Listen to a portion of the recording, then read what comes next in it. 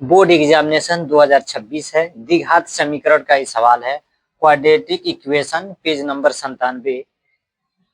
Example number 11 का ए है। यदि समीकरण 3x² minus 12x plus m बराबर 0 के मूल बराबर है तो क्या लिखा है? 3x² minus 12x plus m बराबर 0 के मूल बराबर है तो m का मान होगा। वह विकल्पी सवाल है।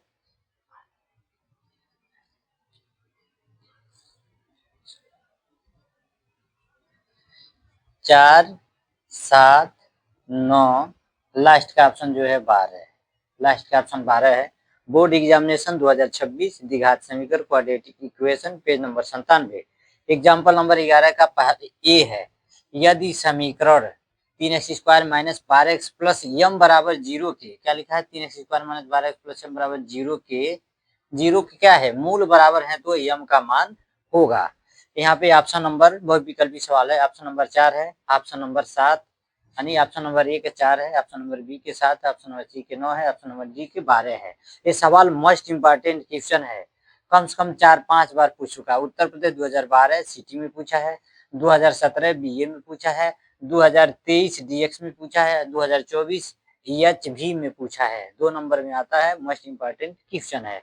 हम इन सवाल को विस्तार से लगाएंगे। हम लिखेंगे सॉल्व SOL भी। सबसे पहले लिखेंगे दिया गया द्विघात समीकरण। दिया गया द्विघात दिया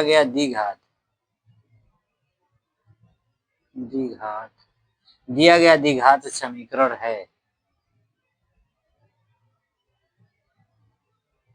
द्विघात समीकरण है।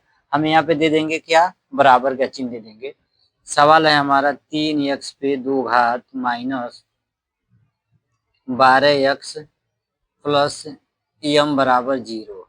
इसकी तुलना हम क्या करेंगे? द्विघात समीकरण के मानक स्वरूप से कर देंगे। इसकी तुलना द्विघात समीकरण के मानक स्वरूप से करेंगे, यानी ax² plus bx plus c बराबर 0 से करने पे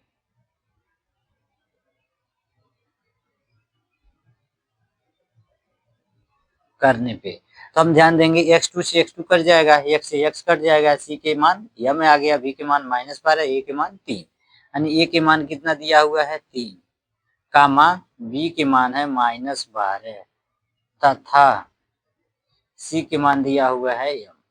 c के मान क्या दिया हुआ है? m दिया हुआ है। ध्यान देंगे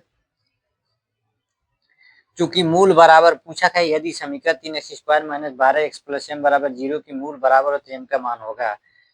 जो भी सवाल होता है ना, उसका जो सवाल है, जो क्वेश्चन है, उसी में उसका आंसर छिपा होगा। क्या पूछा है? यदि समीकरण 3x² minus 12x plus m बराबर 0 के मूल बराबर है तो, यानी पूछा है मूल बराबर है तो ऐसे जगह पे चूंकि मूल बराबर होने पे क्योंकि मूल बराबर होने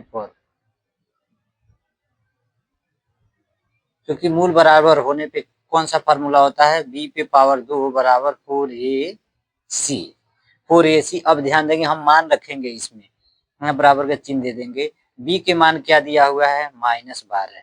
b के जगह पे -12 है। अब b पे पावर कितना है? 2 है, बराबर लिखेंगे। उसके सामने क्या लिखा हुआ है? बराबर में 4। a के मान कितना दिया हुआ है?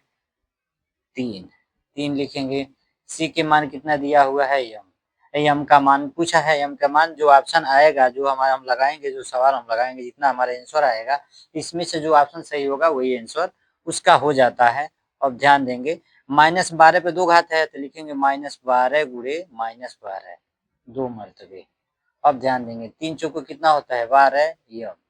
अब ध्यान देंगे माइनस से माइनस में गुणा करेंगे तो कितना होगा? हमारा आंसर प्लस हो जाएगा।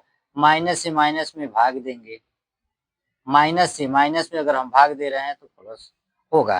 तो अब ध्यान देंगे माइनस से माइनस में गुणा करेंगे या भाग देंगे तो प्लस ही होगा। अब 12 बराबर में माइनस माइनस प्लस, 12 बराबर में 144 बराबर कितना हो जाएगा? 12 m। एक कट जाएगा, 12 एक कम 12, 12 बराबर में 144, यानी यहाँ पे का m के बराबर क्या मान आया है? या करके लिख सकेंगे। m का मान कितना आया? 12। यम का मान कितना है, यम का मान पूछा है। यदि समीकरण 3x² माइनस 12x प्लस यम बराबर 0 के मूल बराबर हो तो यम का मान कितना आया है, 12 है। ऑप्शन नंबर कौन सा होगा, डी सही होगा। अतः हम लिखेंगे, अतः विकल्प डी 12 सही है।